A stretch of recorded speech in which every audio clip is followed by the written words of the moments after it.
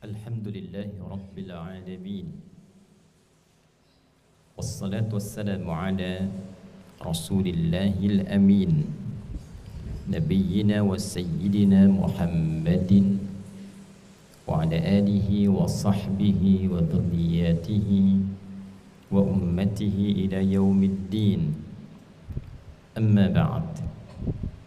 Faya ibadallah, أحباب الله وأحباب رسوله صلى الله عليه وسلم، أوصي نفسي وإياكم بتقوى الله فقد فاز المتقون، فلا تموتن إلا وأنتم مسلمون.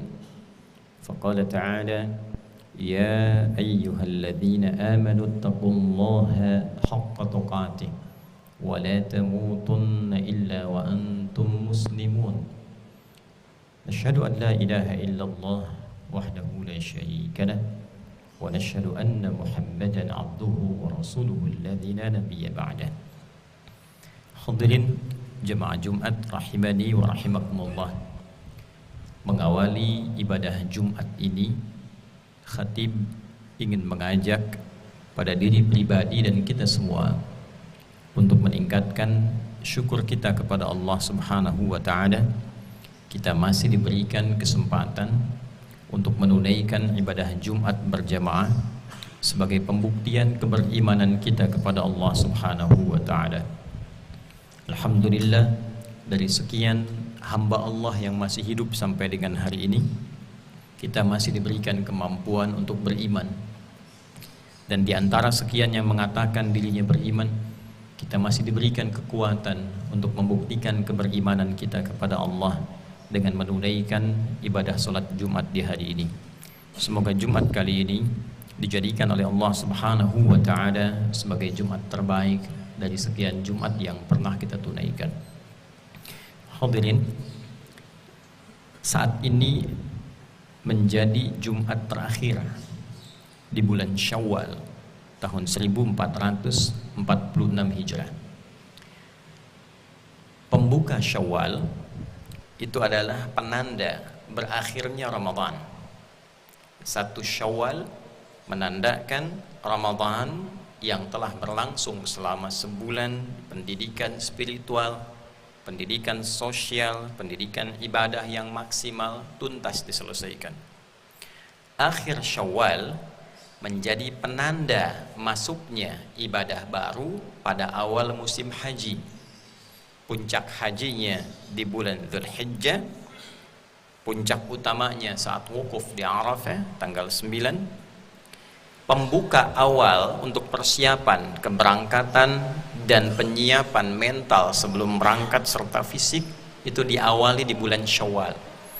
Isyaratnya ditemukan di Al-Quran surah kedua Al-Baqarah di ayat 197. Al-Hajju asyurum ma'lumat. Haji itu disiapkan keberangkatannya menuju puncaknya dari bulan-bulan yang sejak dulu telah dikenal. Asyur itu jama' qillah, bentuk jama' menunjukkan pada hitungan sedikit, 3, 4, 5. Nah, biasanya di kalangan masyarakat Arab untuk persiapan haji itu minimal setidaknya 2-3 bulan sebelumnya. Jadi kalau bulan 12 itu menunaikan haji, maka bulan 10 sudah siap-siap. 10, 11, 12. Bulan 10 itulah Syawal. Jadi kalau kita melihat sekarang sudah mulai persiapan, ada yang berangkat, petugas ada yang berangkat, sebagian bahkan yang umrah sudah tidak diperbolehkan masuk lagi. Maka demikianlah sejak dulu itu berlangsung persiapan untuk menunaikan ibadah haji, sehingga berlangsung secara teratur, tertib, nyaman dilakukan. Yang penting kaitan dengan Jumat ini, bila kita melakukan riset, penelitian secara mendalam, ada korelasi hubungan yang erat antara tujuan Ramadan dan juga puncak penunaian ibadah haji. Ketika Ramadan telah selesai mengantarkan kepada haji, maka akhir puasa ditandai dengan raihan takwa, mengawali haji pun dimulai dengan bekal takwa. Kita ketahui Al-Quran surah kedua Al-Baqarah di ayat 183 Ya ayyuhalladzina amanu kutiba alaikumusiyam kama kutiba alal ladzina min qablikum la'allakum tattaqun. Hai semua orang yang telah menyatakan dirinya beriman kepada Allah, buktikan keimananmu itu dengan menunaikan perintah, diwajibkan untukmu menunaikan puasa seperti orang dulu pun menunaikan puasa. Dengan penunaian puasa itu diharapkan kalian sukses melewatinya, mampu meningkatkan takwa.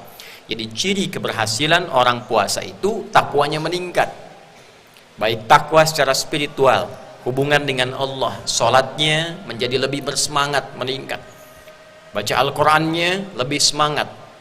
Tidak harus di-compare, dibandingkan dengan saat Ramadan, terlalu jauh.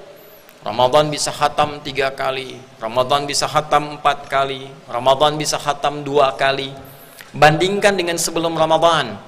Sebelum Ramadan baca cuma 1 lembar misalnya, pasca Ramadan jadi 2 lembar. Sebelum Ramadan jarang tahajud, pasca Ramadan senang tahajud. Peningkatan spiritual. Ada peningkatan ibadah sosial, baik di keluarga, di lingkungan masyarakat, senang berbagi, yunfiquna fis sarai wad dharra, berubah secara emosional, wal kadhiminal ghaidha, mampu mengendalikan emosi dengan baik, wal afina 'anil nas, menjadi pemaaf, berkasih sayang dengan manusia, wallahu yuhibbul muhsinin, bertambah kebaikannya karena Ramadan dilatih jadi orang baik, pasca Ramadan makin baik. Nah, kebaikan itulah secara spiritual, secara sosial, itu yang ketika selesai Ramadan ditampilkan bulan Syawal, maka dilengkapkan untuk bekal haji. Bagi yang haji diterapkan di tempat haji, yaitu pusatnya di Makkah Al-Mukarramah. Bagi yang tidak haji nanti diteruskan puasa lagi, masuk dari awal Dzulhijjah, diperbanyak sampai ke tanggal nanti puncaknya 9, maka mendapatkanlah kenikmatan takwa di dalamnya. Teruskan di ayat 197 surah Al-Baqarah itu. Al-hajju ashhurum ma'lumat faman farada fihinna al-hajj fala rafatha wala fusuqa wala jidala fil hajj wa ma taf'alu min khairin ya'lamuhu Allah wa tazawwadu fa inna khairaz zadi taqwa. Yang sudah siap-siap akan berangkat haji, kata Allah, silahkan disiapkan, cari bekal yang baik, jangan berkata kotor, sama dengan hadis tentang puasa. Fala yarfuth wala yajhal, jangan berkata-kata kotor, jangan bertindak yang tak pantas. Fala rafatha wala fusuqa, jangan menyimpang, jangan berkata kotor, pengendalian emosi. Tindakan yang baik dilatih selama Ramadan. Apapun yang kita kerjakan dari kebaikan, Allah Maha tahu. Jangan mengklaim jadi orang baik, jangan mengklaim yang paling suci, karena Allah paling tahu keadaan hati kita. Wa tazawwadu, tapi tetaplah terus memperbaiki diri, berbekal, memperbaiki diri supaya lebih mulia lagi. Fa inna khairaz zadi taqwa, dan bekal menjadi baik itulah takwa. Dan selama Ramadan kita menikmati betul upaya untuk membuat diri kita semakin lebih baik. Pikiran dijaga supaya berpikirnya yang baik saja, lisan dijaga supaya berkatanya yang baik saja, telinga dijaga supaya mendengar yang baik saja, sampai ke ujung kaki. Harta pun dijaga.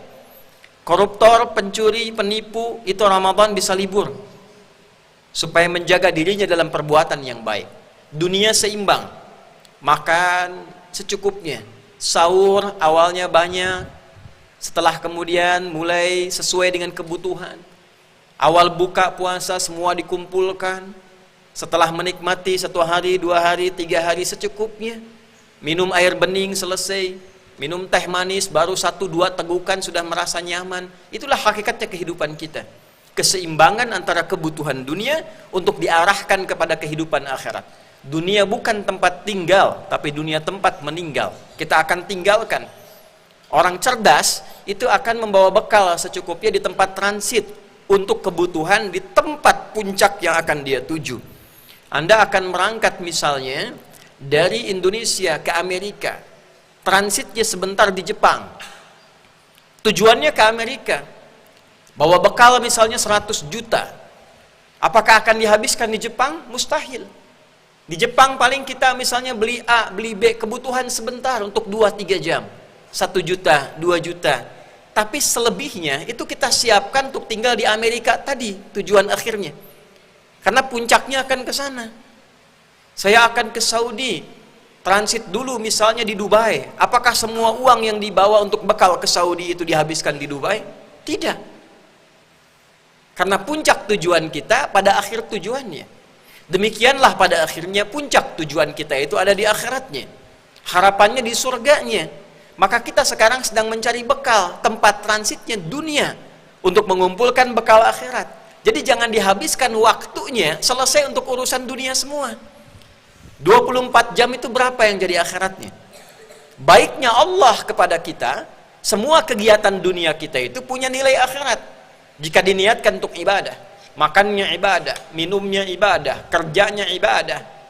Ciri ibadah itu 2. Yang pertama adanya niat untuk menjadikan kegiatan itu diridhai oleh Allah Subhanahu wa taala. Niatkan supaya Allah ridha, niatkan karena Allah.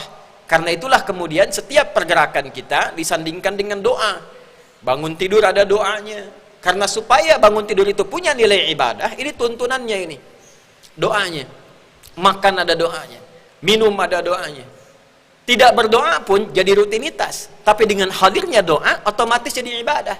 Yang tak hafal doa, bismillahirrahmanirrahim. Selesai sesuatu, alhamdulillahirrabbilalamin. Jadi ibadah selesai.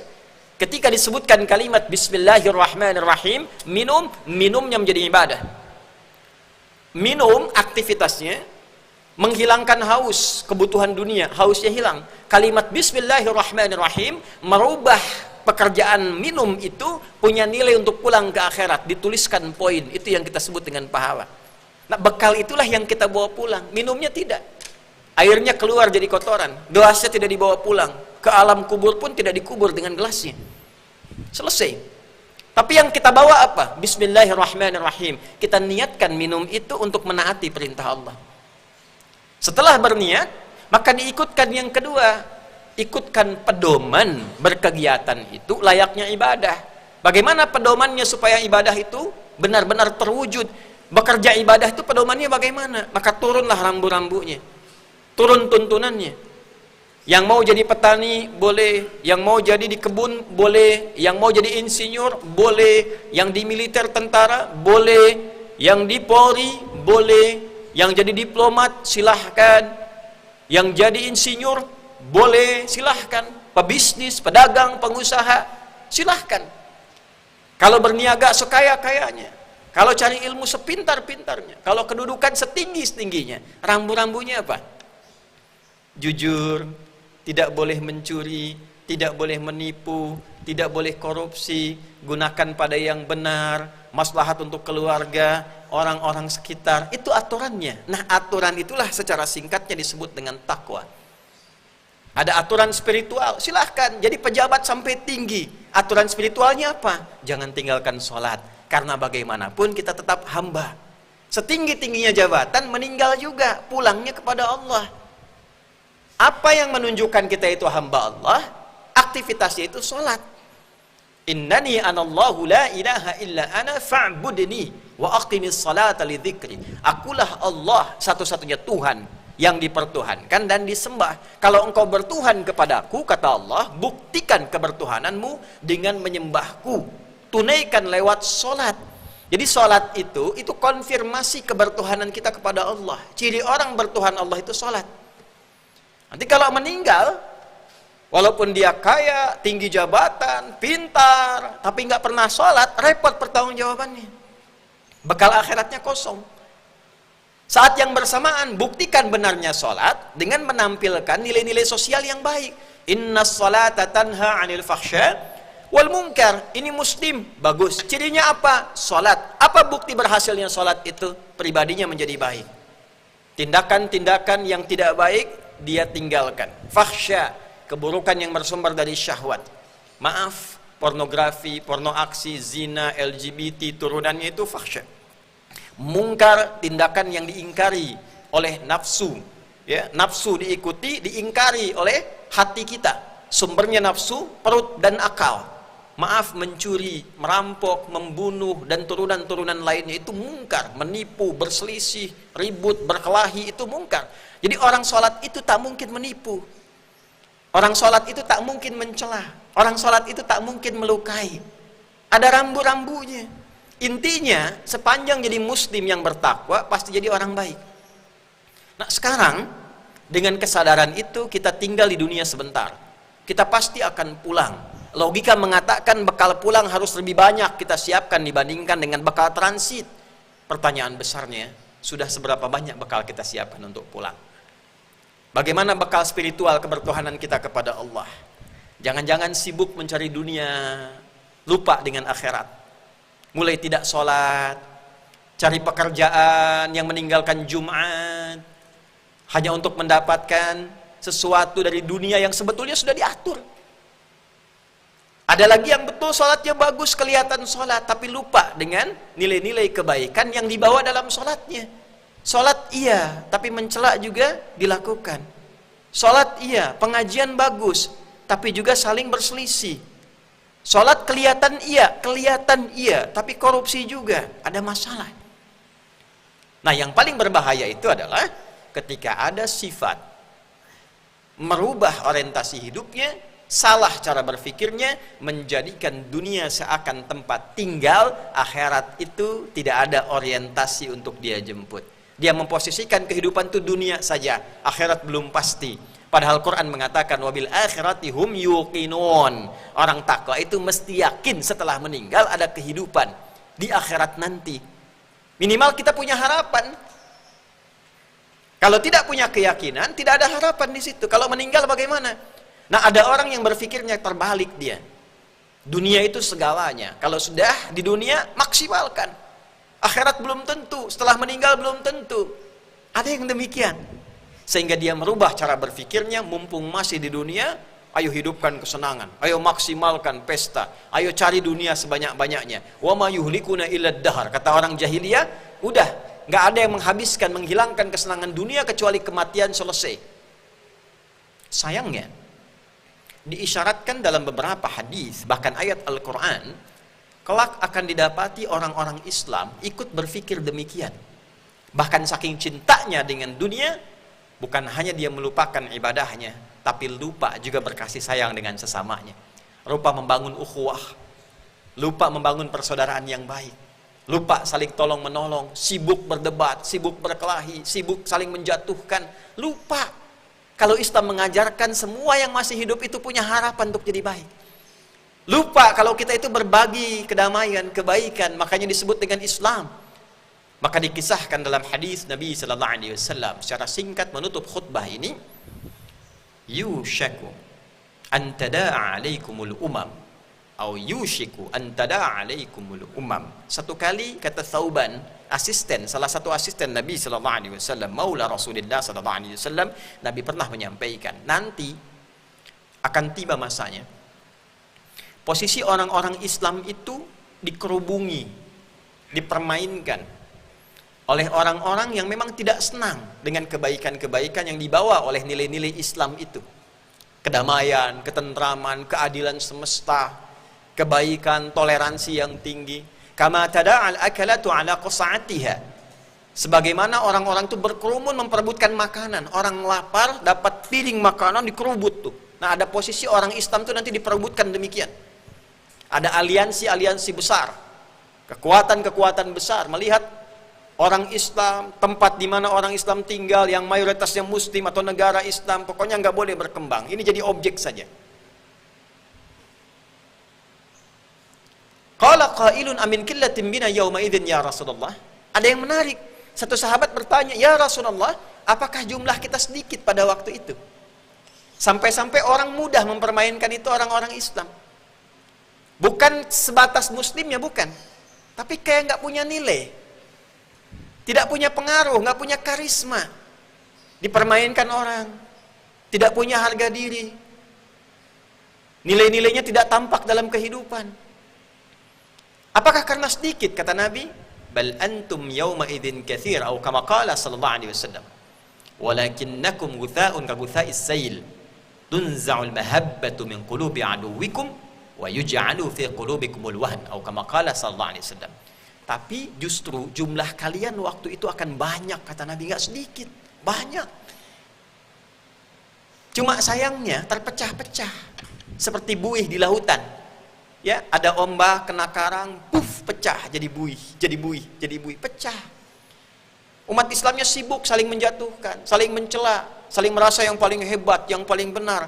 Pengajian ini merasa lebih unggul, yang ini merasa lebih hebat. Yang teman satu sesama muslim ada kesalahan sedikit dijatuhkan. Gimana caranya harus terjatuh? Tidak melihat dampak-dampak yang baiknya. Dulu orang salah itu diperbaiki kesalahannya, bukan dijatuhkan namanya. Fir'aun itu se-Fir'aun-Fir'aunnya nggak pernah disebut namanya. Karena yang salah itu penyimpangan kedudukannya. Makanya disebutnya dengan Fir'aun, gelar yang melekat kepadanya, bukan orangnya, bukan namanya. Karena boleh jadi ada nama yang serupa, menempati kedudukan yang sama, tapi dia baik. Maka Islam tidak mengajarkan mencela nama. Karena boleh jadi ada orang dengan nama yang sama, dia tidak melakukan perbuatan serupa. Kalau ada orang salah, dikoreksi kesalahannya dengan cara yang baik, bukan dijatuhkan orangnya. Itulah keindahannya. Nah, kita kehilangan itu, terpecah. Tapi yang paling berbahaya, apa penyebab perpecahan itu? Wahn. Apa wahn itu? Kata Nabi, wa mal wahnu ya Rasulullah, kata sahabat, apa itu wahn ya Rasulullah? Kita tutup dan akhiri, hubbud dunya wa karahiyatul maut. Terlalu cinta, lekat diri dan hatinya dengan dunia, sehingga tidak siap untuk meninggal, tidak siap untuk pulang ke akhirat, tak punya bekal pulang. Semua lekatannya dunia. Sumber perpecahan itu orientasi dunia. Banyak perbedaan pendapat, tidak ada masalah. Tapi perbedaan pendapat yang diisi oleh nafsu, dunia, karena popularitas, karena pengen banyak jamaah, karena materi dunia. Pebisnis ribut itu bukan karena beda tipe bisnisnya, beda kreativitasnya, bukan, karena dunianya. Omset saya harus lebih besar dibandingkan dengan dia. Maka bagaimana caranya dia jatuh supaya barang saya yang laku? Hubbud dunia. Padahal dia tahu yang ngatur rezeki itu Allah. Demikian di kedudukan, gimana caranya saya unggul? Lawan saya mesti jatuh. Maka dibuat citra seakan-akan ini tidak boleh muncul, ini tidak boleh berkembang, harus jatuh, saya yang muncul. Hubbud dunia. Dan lupa terkadang apa yang menjadi tantangan kita. Teman kita berpartner itu muslim sendiri. Sehingga tidak punya nilai. Palestina diserang, dia cuma bisa berdoa, bisa menangis, tidak punya kekuatan. Hubbud dunia, ketakutannya begitu tinggi. Padahal jumlah orang Islam itu banyak. Dalam konteks keimanan. Karena bukan hanya kasus Palestina saja, keadilan itu mesti ada dimanapun tempatnya. Ada manusia yang tertindas kelihatan oleh orang Islam, muncul keislaman, tunjukkan. Tidak harus di Palestina, tempat lainnya pun demikian. Jadi Anda bayangkan, kemanusiaan saja keislaman digerakkan untuk menolong. Apalagi kemudian bila yang tertimpa musibah itu adalah orang-orang yang akidahnya serupa. Puncaknya yang terakhir, ini adalah momentum perubahan untuk kita semuanya. Jadikan Jumat ini sebagai Jumat kebaikan. Berkah itu, Jumat berkah. Jumat berkah itu bukan setelah Jumatan ada nasi kita bawa pulang. Barakah itu ziyadatul khair wastimraruhu. Bertambahnya kebaikan dan konsisten. Jadi kalau orang Jumatan tuh makin baik. Ayo energinya pulang, bawa ke tempat masing-masing. Kalau anak jadi anak yang baik. Murid-murid yang baik. Guru-guru yang baik. Orang tua yang baik. Kalau dari rumah sudah baik, di masyarakat baik, insya Allah negara kita pun akan jadi baik, bangsa kita jadi baik, dan nilai Islam itu yang paling penting. Tidak hanya dibaca dalam Quran, tapi akan terasa indah ketika dipraktekkan. Ayat jujur banyak, tapi kita butuh praktek kejujuran itu. Ayat sabar melimpah, kita butuh praktek kesabaran itu.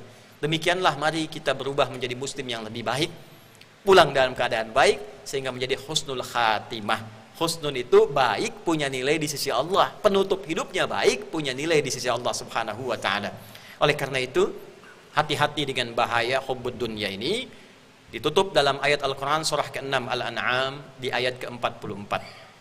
Falamma nasu ma dhukkiru bihi fatahna alaihim abwaba kulli syai'. Kalau sudah diingatkan, diberi pencerahan, tetap merasa tidak penting dan lupa dengan itu semua. Ada orang-orang yang diingatkan, diberi pencerahan, abai dengan itu, lupa. Maka kata Allah, kalau sudah begitu, dibukakan baginya segala pintu yang baik-baik kelihatannya di dunia. Semua kelihatan baik. Maksiat jadi baik, zina jadi baik, judi jadi baik, mabuk jadi baik. Semua dibuka seakan-akan netral. Fatahna alaihim abwaaba kulli syai' hatta idza farihu bima utu, sampai nanti ketika pesta nyaman, enak, maka datanglah kemudian hukuman kami. Pada saat itulah mulai dia putus asa karena tidak ada waktu lagi untuk kembali. Hatta idza farihu bima utu, sampai ketika mereka nyaman dengan maksiat, korupsinya sampai nyaman, mabuknya sampai nyaman, zinanya sampai nyaman, merasanya biasa-biasa saja, barulah datang pertanda hukuman Allah. Dibuka aibnya, baru terasa tuh, ya, dibuka celaknya. Itu kesempatan kecil untuk taubat. Kalau masih begitu, segera taubat. Sampai tiba waktunya kematian menjelang, sudah tidak ada waktu untuk kembali. Semoga kita digolongkan pada golongan orang-orang baik.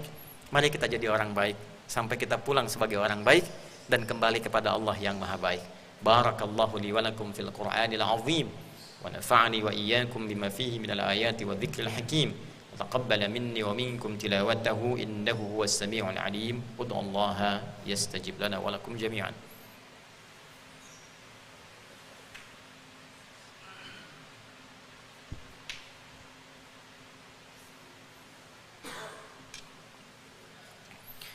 Alhamdulillah wassalatu wassalamu ala rasulillah wa ala alihi wa sahbihi wa man walah. Asyhadu an la ilaha illallah wahdahu la syarika lah wa nashhadu anna Muhammadan abduhu wa rasuluhu alladzi la nabiyya ba'dah. Allahumma salli wa sallim wa barik ala hadzal nabiyil karim wa ala alihi wa sahbihi wa dhurriyyatihi wa ummatihi ila yaumiddin.